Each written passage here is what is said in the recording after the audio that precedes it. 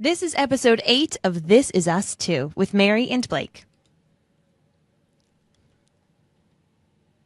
I'm sorry. I know this is not a fun way to spend the holiday. Not fun? Are you kidding me? Listening to your sister's husband brag about his expensive CD player for 3 hours is the definition of fun. So, I always thought that when my folks die, we get to do our own thing, you know? Make up our own stupid traditions with the kids. That's because you're a very, very naive man. No?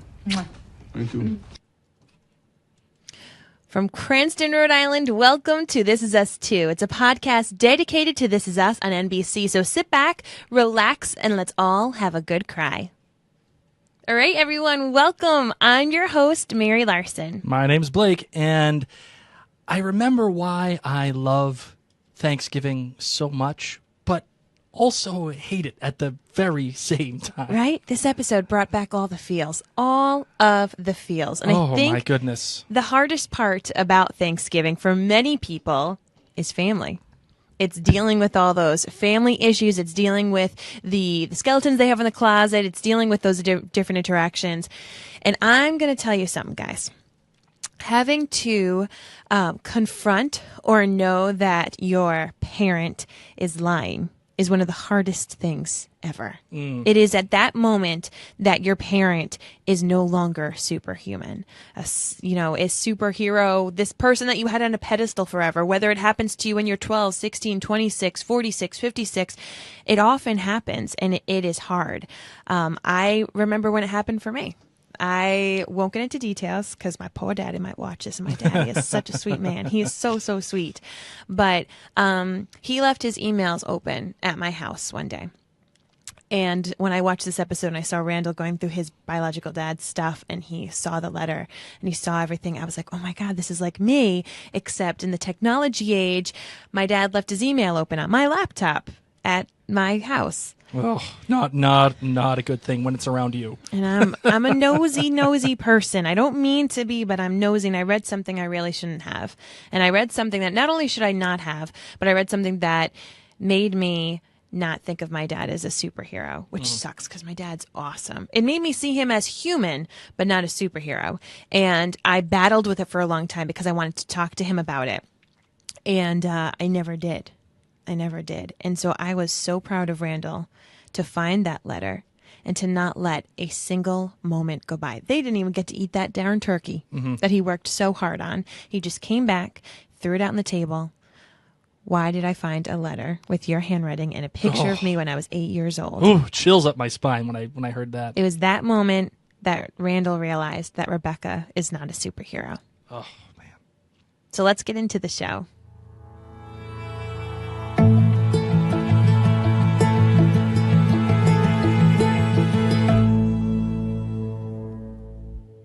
Are you excited? Are you excited to give your lemonade rating for this episode? We got to give the details first. Well, give me the details. All right, the details. Bring it on. Obviously, the title of this episode was Pilgrim Rick. Pilgrim Rick, thank you very much. The director was Sarah Pia Anderson. She's done shows like Taken, that show Bosch on Amazon, Big Love, Ugly Betty, Grey's Anatomy, and my personal favorite, guess what? Chicken butt? If you're out on the road, Bum, bum, bum, bum. Oh yeah. Oh, nice. Yeah. Yes. She's got some Gilmore Girls in her love it. in her past as well, which I'm very excited about. The writers are Isaac Aptaker and Elizabeth Berger, and this is very important because they're actually partners. They work on all the same projects. And they actually just wrote that movie that just came out, Love, Simon, about that kid who's in high school and he hasn't come out that he's gay yet. And it's got like all these great reviews. Nice. It's out right now, as a matter of fact, in today's time. They also did About a Boy, the show, and Grandfathered, the one with John Stamos. Nice. And I say that they're important because as of right now, this very moment, they're actually the showrunners of This Is Us now. Very cool. They're actually the showrunners. Dan Fogelman, who was the guy who was the showrunner for season 1, gave it up, as I mentioned earlier in one of our past episodes, gave it up on the penultimate episode of season 1. And now these guys have actually taken it over. And you can tell because the writing quality, especially in this episode, this is the first episode they have credit for, this episode was actually quite fantastic. Oh my gosh, it was unbelievable. And it so was unbelievable. Now I need to know, my darling. Yes. What exactly your lemonade rating is? My lemonade rating on a scale of 1 to 5, I give this a full solid 5 glasses full of lemonade. Loved this episode. It was hard. It was funny. It gave me all the feels. And when an episode does that and it brings tears to my eyes, it gets 5. How about you? You know, I've been down on the past couple of episodes, and I'm proud and extremely happy to say that I'm all the way back up to 4.9 on this bad boy. I have written down here 4.8. Just for posterity's sake, it's written down 4.8. But really, it's 4.9. But as I started reading my notes, and I said, oh, yeah, that was good, and this was good, it's a 4.9. It's not perfect, but it is absolutely excellent, and I'm very happy that these guys are now the showrunners, at least based off of this one particular episode. They have a few more episodes coming up that they actually have writing credits on for the rest of the season, so I'm very happy. How about you? What's your GBG, your good, bad, and great? All right, so my GBG, my good, bad, great. My good would be that Jack seriously wins Father of the Year, Father of Eternity. This guy is able to take some terrible situations, some real rundown, crummy situations, where as a parent with the 3 kids screaming, fighting in the back, all these scenarios, he could have easily just been a little grump himself. He obviously doesn't want to be going to Rebecca's parents' house for Thanksgiving either. And instead, he ends up making it a wonderful, magical experience for the entire family, so much that Randall continues this tradition through, well, up to 36 years old. So I just think that Jack is such a wonderful dad. He really took that that talk that he had with Rebecca seriously, where he said, I'm going to be an 11. And he has. My bad is Olivia needs to stop being so emo.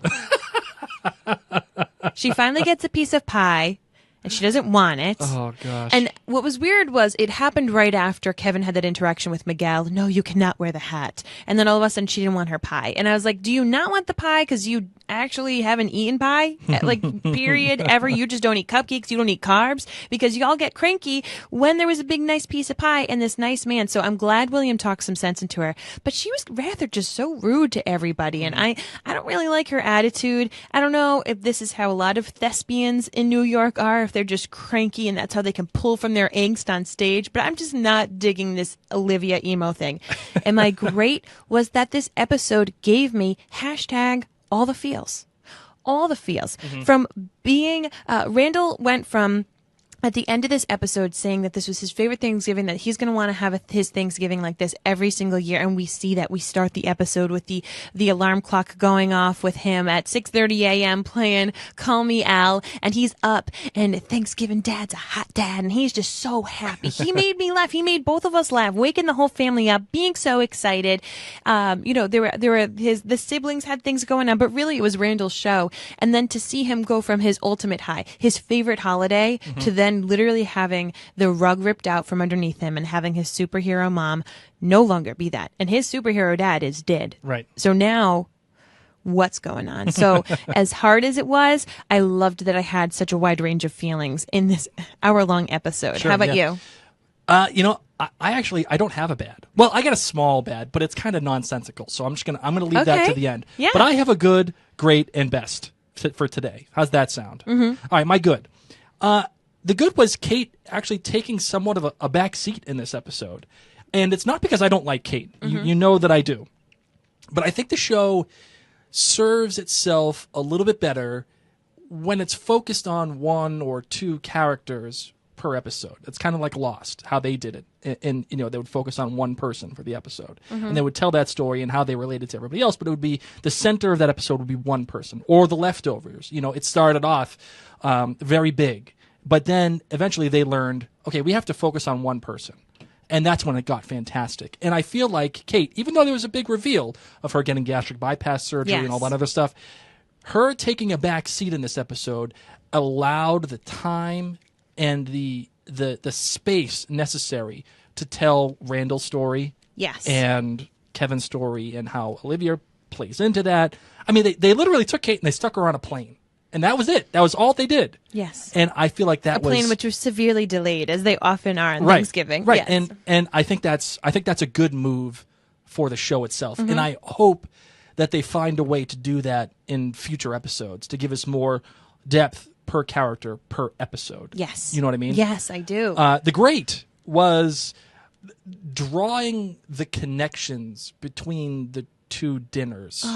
Right? Yes. You know, the one in the past, it started off regretful and full Cranberry of sauce, angst. ruined. I know. Cranky kids. And it went off the rails. I mean, the tire exploding. Literally went off the rails. Yeah, Yes. it went off the rails only to turn perfect with Randall saying that he wanted every single Thanksgiving to be just like this, right? Loved it.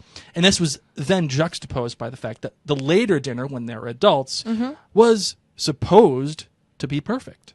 They had the hot dogs, they had the saltine crackers, they had the police academy. Right. They had it all. It was all set to go. Only to be terrible, and Randall telling his mother that he couldn't even really look at her, right? Yeah. So it's the first dinner ends with Randall saying, "I want this," to his mother, being like, "I want this to be the same way." Oh, you're right. He says it right to her. They're all cuddled up. And then it's so sweet. his adult version says, "I can't even look at you." Oh my goodness!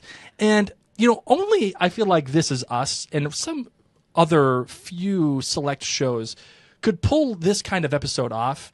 You know, given all the reveals and how everything is weaved together with all the different traditions and 3.4 miles and the hot dogs and all that stuff. Give me all of it. Sign me up. Only This Is Us could do that, which kind of relates to my best portion of this episode, right? And the best portion of this episode is everybody at the end of the episode. It ends with everybody in the past. All the kids with Jack and Rebecca. Mm-hmm. And they're all happy, right? Oh, yeah. And it shows you how far things have fallen for the Pearsons. Mm-hmm. And it works because, in my opinion, it shows that the future is hopeful, that they are all family, and they all do love each other more than anything, right? But it's also heartbreaking in the very same sense because it does show you how far things have fallen. And it's like, and luckily they don't end with Randall throwing the thing down. Correct. They end with everybody being happy together as kids, but it's heartbreaking at the same time. It was that ironic little twist of him, I don't even want to look at you, and then hearing him say, I want to have Thanksgiving like this forever. I loved it because Randall, he takes that ball and he just chucks it like a little kid. And he kind of reverts to the way he was when he was a kid in the previous Thanksgiving I like that we saw. Yeah, He just takes it and chucks it. Boom. An adult wouldn't do that. Yes. He was just like, I yeah, would. No way, thanks, all set. I would do that. You know, you'd huck it at the person. No, I wouldn't. I don't cause harm. I know I would. But you know what? I'm going to give you a small bad, and Okay. it's kind of irrelevant, but it is kind of bad. There is no way. I mean, you did give it 4.9, so something had to something irk has you. to be something has Okay. to irk me. And I'll tell you what it is. There is no fracking chance I'm eating hot dogs with American cheese Stop it. and crackers on a Stop bun. it. There is Not on a bun. no chance. Didn't you see they melted the cheese and then they crushed up the saltines and then they rolled it into it? It's like a little crunchy, cheesy goodness thing. I Right. bet it tastes delicious. I want to know if anyone's actually made that. Oh, I'm sure that there are some serious. You know how there's like really classy cookbooks? Like there's an Outlander cookbook. Mm-hmm. I wonder if there's now going to be a This Is Us cookbook, including the hot dogs wrapped in Kraft cheese and crushed saltines. The Thanksgiving special. Oh my goodness. All right. Well, let's dive in to this episode and discuss it a little bit more. Sure. And break it on down. So I thought we could break it down by the family members, by the siblings, especially, because that's just the major three. So really, Kate had the shortest plot line in this episode. Right. She breaks up with Toby. This is what I wanted to ask.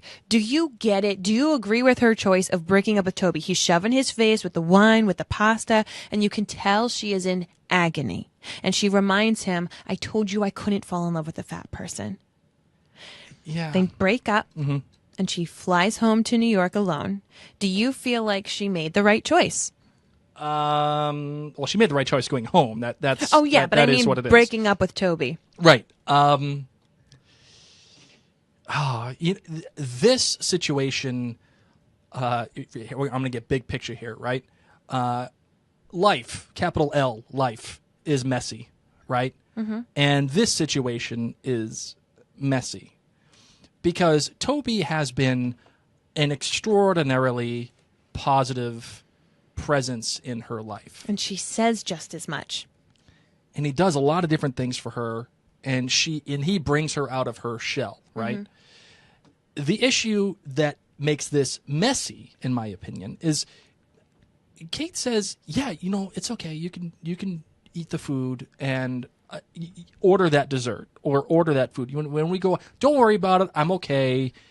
And how can you blame Toby for eating the food when she says, hey, it's all right. You do what you got to do. So I think it was the right choice for Kate. Okay, you gotta convince me because I'm not sure if I can co-sign on this. Okay, so growing up in a family with obesity issues and like addiction to eating, I see addictions as addictions, whether they're to alcohol or gambling or to food. Kate has a severe food addiction. It is unhealthy for her. And for some reason, her boyfriend chooses to eat poorly in the few meals that they're together. They don't eat 3 square meals together a day, Right. 7 days a week. They're not living together. They don't work together. But on their date nights, which is very few and far in between probably compared to all the meals that she has to eat, he chooses to continue to splurge. So I thought about it this way. If someone is an alcoholic, because remember, Kate is still going to these meetings. Kate is still battling her monsters. She is not Miss Thin. She has not beaten her food issues. Okay. She is still in the thick of it. If someone is an alcoholic and is working the 12-step program or is working on getting dry, would you, as their significant other, say, hey, I'm still going to be drinking at all of our dates. Okay. Is this okay? And the person can say, oh yeah. I don't mean like, I don't want you to stop and not be who you are. That's okay. But really, when someone is that addicted to something that is potentially going to kill them, that is terrible for their health. Sure. Really? You choose to do that? And that's why I say this is messy because there's no right answer, right? There is no right answer. One person can say, well, she should have just told him, no, I can't. Because if there is an alcoholic and someone does say, hey, do you mind if I have a drink? And that alcoholic does say, oh yeah, knowing that it's going to be a problem. How often does that happen? It happens all the time to people. When you are weak, when it is your thing that has its grasp on you. Right. People who are smokers who try to give up smoking. Oh, can I smoke around you? I know you've been quitting. Oh, yeah, it's fine. They start to salivate. They start to crave the taste of it. And that's why again. I'm saying, again, messy because there either you expect responsibility for yourself or you expect compassion for your situation. And when it comes down to it, she's an adult. And she should say, no, I can't. I can't be around. I don't think this she's food. strong enough yet. And I think now that's a different conversation. But that's what I'm getting at, is that I don't think she's strong enough yet. That is why this is a struggle. That is why she is in a support group. That is why she has now decided to get a gastric bypass surgery, which is no small feat. That is a really, really crazy, tough thing on your body. It's incredibly difficult on your body. There are so many other health complications that can come of that. And she's now making this choice because it is that bad. So I agree. I mean, Toby has done so many wonderful things for her, but I don't think she's strong enough. And I don't think she has the words yet because it's so embarrassing for her. That food, something as simple as food, it is almost easier if you can say, oh, alcohol, because alcohol is so bad. But it's so hard for her to be like, food has still such a hard grip on me. Sure. So maybe it's something that she'll be able to say next episode. Who knows? Well, the funny thing is that Chrissy Metz, the girl who plays Kate, she actually let everybody know that in her contract, she has to lose weight for the show. Awesome. And it's hard. It's hard to talk about the weight loss issue of the show, knowing now because when we were doing my notes for the show, I started looking into it, and because the gastric bypass thing started getting me to look into all these different notes for it, and I saw that she wrote it. So it's hard because I wonder, am I criticizing this part of the show or this sole focus of Kate's character, and is it unfair? You know what I mean? So think about it then as alcohol. because I know some people who have had such a rough time Yep. and have become sober, and they're working so diligently, and they can't go out in those social situations. Yep. Their friends have changed. Some of them have left them because alcohol is such a social thing. Food is such a social thing in our society. But I think food is given, I mean, obviously it's different, but I think when you put it into that perspective, that an addiction is an addiction, especially an unhealthy addiction is an unhealthy addiction. So I'm not saying Toby is a bad guy. I'm saying that, yeah, Kate doesn't have the words for this yet, and Toby doesn't have the sight to see that this is an unhealthy addiction that Kate can't get through right now. I think that those are all reasonable and responsible takes for this episode. All good takes. Awesome. So that's really Kate's story. Then we move on to Kevin, who asks his stage wife, Olivia, to come home with him for Thanksgiving. And Olivia is just like, no, now mind you, she's British, but her mom is American, so Right. she has celebrated Thanksgiving. She's got all cranky. Oh, I don't know. What did she say about Wonder Bread? Can you just keep doing the British accent for me? Why? Because it was just really hot. Oh, I don't know. Like all like bitchy, like Emily Blunt. You know what I'm talking about? We're on Facebook. Sorry. I don't know what Mark Zuckerberg's rules are on that. Mark Zuckerberg's got his own problems with Congress right now. He did a great job standing up, but yeah, he's got his own stuff going on. But nonetheless, so Olivia, all right, I don't need to go and see what is it, Wonder Bread, something. Yeah. Oh, your Wonder Bread family. Yeah, something to that degree where Kevin's like, oh no, You have honey, no idea. my dad is dead. My mom married his best friend. My sister is wildly overweight. my brother who's adopted just met his birth father. Blah blah blah blah blah blah. And he's black. All these different things, like everything. So Olivia signs up and comes to Thanksgiving. How did you feel about Kevin in this episode? Not Olivia, but Kevin. The easy thing to say is Kevin was being a real dick to your boy Miguel. When he's like, when Miguel's like, hey, can I have the hat? I'd like to do the hat.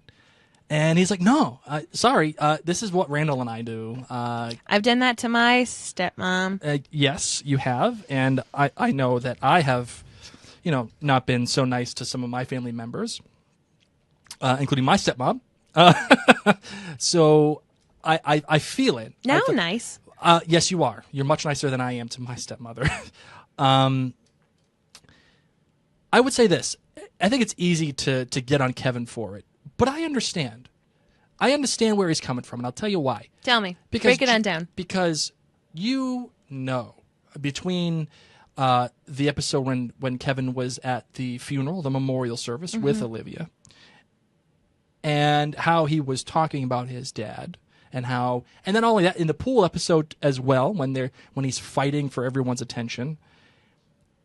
The person that you want the most attention from, you often love most. And Yeah. I understand where he's coming from because Jack is such a great dad, at least the way that it's portrayed so far in the show, right? Correct. So I get why he's telling Miguel to go get a shine box a little bit because screw him. Like, you're not my dad. You are not allowed to wear this hat. This isn't his tradition. I agree. You weren't there. And I will say, Miguel, way to first just throw this on Kevin the day of Thanksgiving. Yeah. It's not like he reached out to him, early on the fall and was like, listen, man, I really want to be more involved in this family. Can I please do the hat thing you think, or think about it? He asks him in front of his new girl. Right.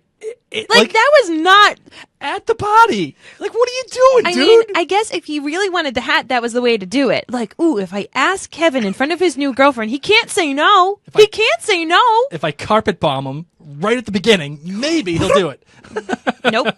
And Kevin held his ground and said, I'm sorry. No, this is the tradition that we do. And, as people who have step parents, especially step parents that we've gotten as adults. It's not like we grew up with them raising us and being a part of our childhood. It is kind of hard when you can sit there and be like, no, you. I don't think so. This isn't how this family works, honey. But I love that he did come around and have Miguel do it. And I don't think it was because he felt guilty with Olivia. I think that Kevin really took a moment.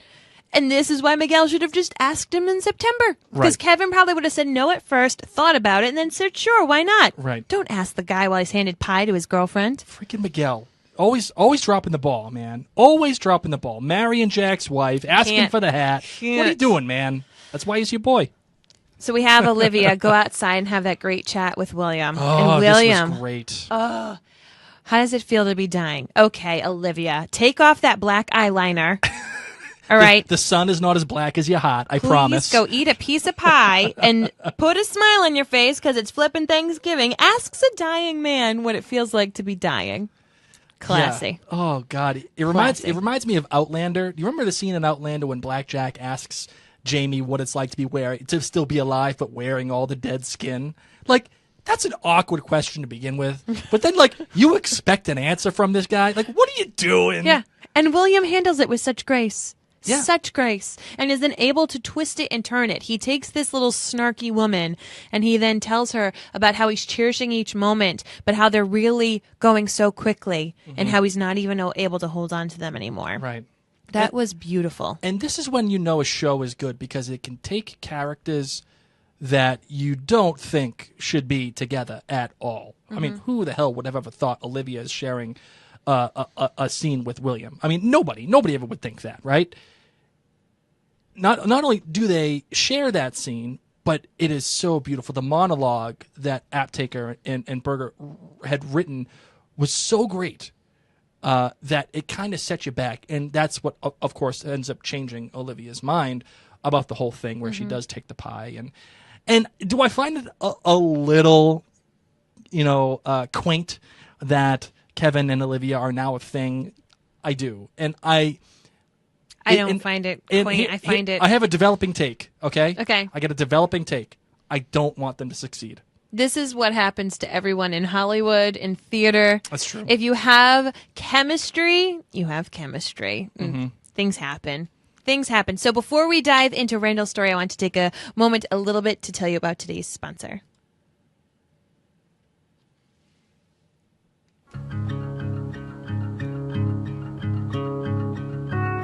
This episode of This Is Us Too is brought to you by Minute with Mary. It's the best place to discover new makeup and uncover your confidence as a woman. It's me, guys. In my spare time, I like to help you feel more confident with your skin, be more creative with your makeup, and I love doing this. So while my kids nap or while they go to sleep, I work one-on-one with you to help you achieve a look or try something new, and it's one of my favorite things to do. So you can learn more by searching the hashtag Minute with Mary on Facebook, or you can go to minutewithmary.com to learn more.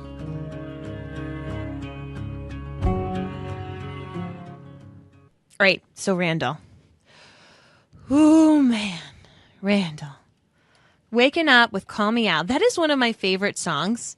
Uh-huh. I have such fond memories of playing that song in marching band in college, and all of us, like during the solo time, that doo doo doo doo doo doo doo. Yeah, we like jammed in the dark. All of us band nerds jamming in the dark. You are such a nerd. I'm such a nerd, but I love that song, and it was one of my favorite moments. So, Brian Carney, if you're watching this, thank you for that moment. But waking up to that song, having that tradition, and seeing, as you said, the change from being this child that really was getting beat up by Kevin. They were just wrestling the whole time, hated going, talking about how Rebecca's parents would say, we want a picture of just the twins. Oh. Stop. Oh, and that's another good thing about this show, too. It does not back down from the complexities of a mixed family. It does not. It says, this is what we are. This is us. This is us. Accept what we're doing, and we're going to tackle this. And I like that. And the fact that they're talking about her parents. I mean, the racial bias and the racial undertones that it makes an example of. Not a lot of shows would have the balls to take that on. You know what I mean? I do. And what I loved is how Jack and Rebecca really mostly Jack in this episode, is able to turn this wretched day around so much that Randall continues this. Randall, as a grown man, does this really weird Thanksgiving tradition, has all the family still come together. He is the glue that binds everybody. We've mentioned it before. Kate and Kevin, we don't know why, are not as close to Rebecca. Rebecca wouldn't talk on the phone. Like, Randall wouldn't hand Kevin the phone when it was Rebecca. Kate, obviously, we've heard, has issues with Rebecca. Randall is the glue. Yep. And in the first scene, of course, with Jack, Jack's really the glue. He's making it fun. He is the enthusiastic Pilgrim Rick. And I'm so sad for Randall. Going through, he wants it to be perfect for everybody so much. He has the perfect food. He's got the hike. He's excited that anybody and everybody's coming, even that Kate's not bringing her boyfriend. But it's okay. There's drama. He still says it with such a smile on his face. He goes to William's apartment to go find these tapes because he wants William's last Thanksgiving to be perfect. He does everything he can, just like Jack did, to make Thanksgiving perfect for his family. Sure. And then he gets the bomb. Oh my gosh.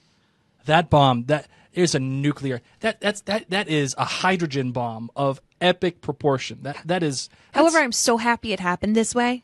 yeah, I'm happy that it happened. Well, I'm sorry. Go ahead. You go. Oh, no, because, it starts off the episode with Beth and Rebecca having that little female face-off, and I was like, gosh, I love Beth. I love her so much Right. because, there are many people who would be awkward with their significant other's parents. Just kind of like, hi, did you get my phone call? I really want to talk to you about this. No.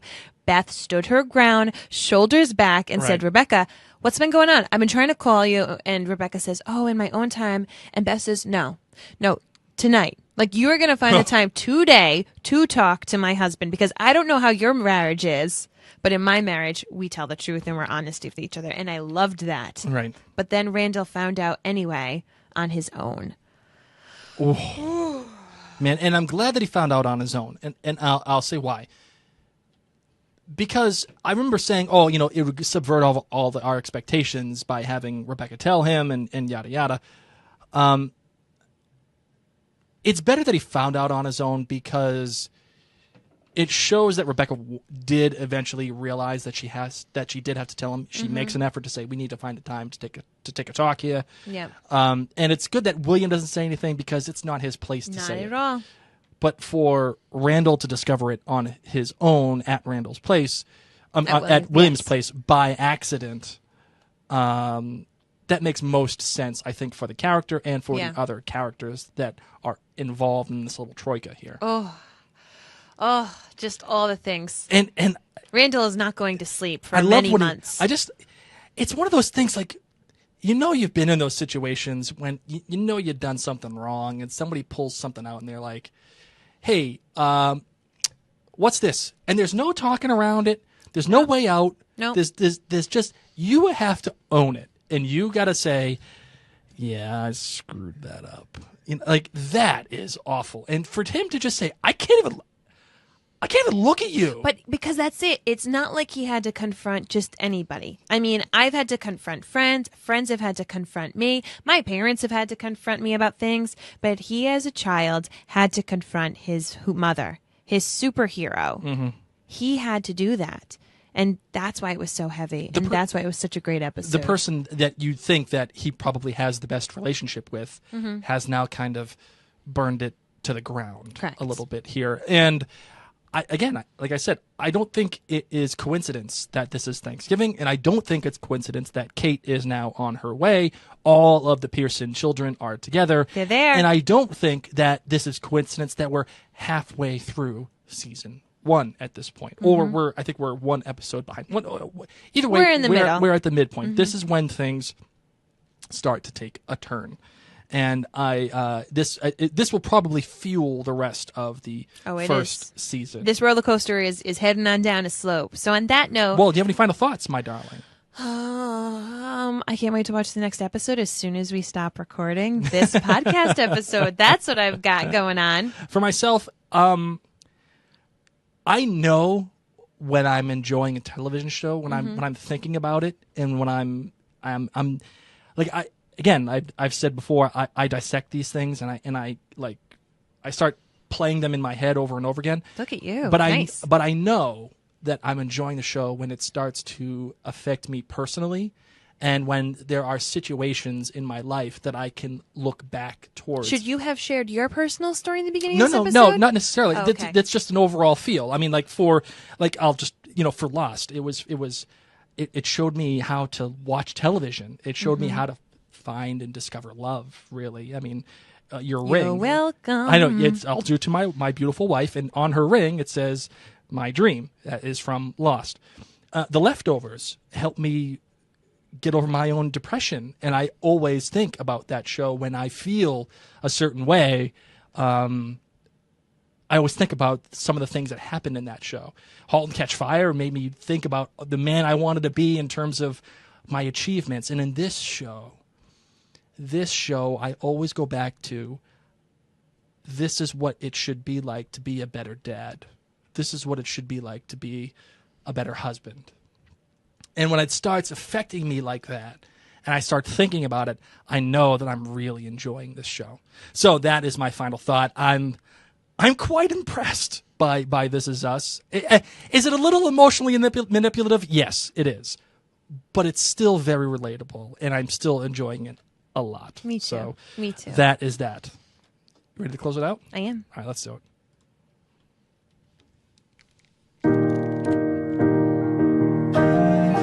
So once again, we are so thankful that you took the time to listen to this episode. If you've enjoyed it, please share with your friends. This is one of the coolest things about podcasting, is that really people find out about it through word of mouth. Their friends take their phones and say, you need to listen to these people. They help them find the podcast app. Because believe it or not, there's people in this world who still don't know what a podcast is. Shame. Shame. So help your friends learn about it. You can, of course, find us on Facebook on Mary and Blake. You can find our other podcasts at maryandblake.com. If you want your makeup, hey, check out marinitewithmary.com. But for now, I'm Mary. My name's Blake. And this is Us Too.